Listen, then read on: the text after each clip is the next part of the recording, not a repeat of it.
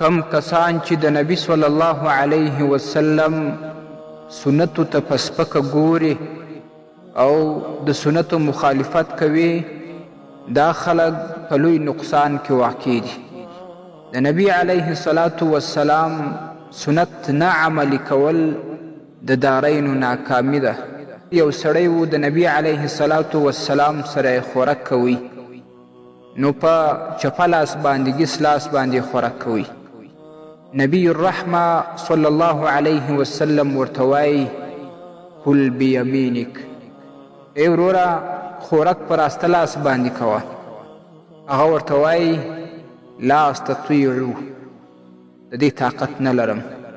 نبی علیه الصلاة والسلام وایي ما منعه الا الکبر، دا سړی بل شي نه کوي منع، لیکن د کبر په وجه یې په راسته لاس باندې خوراک ونه کوي.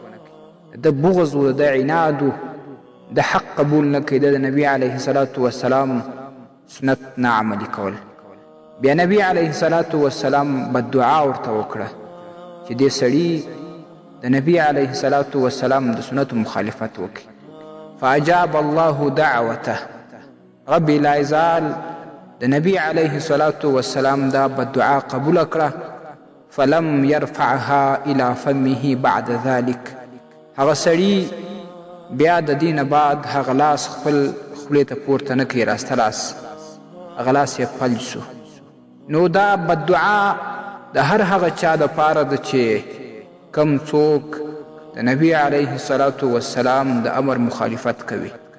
نبی علیه الصلاة والسلام په سنتو کې ډېر زیات حکمتونه دي، ځکه هغه رحمت د ټول عالم دپاره دی.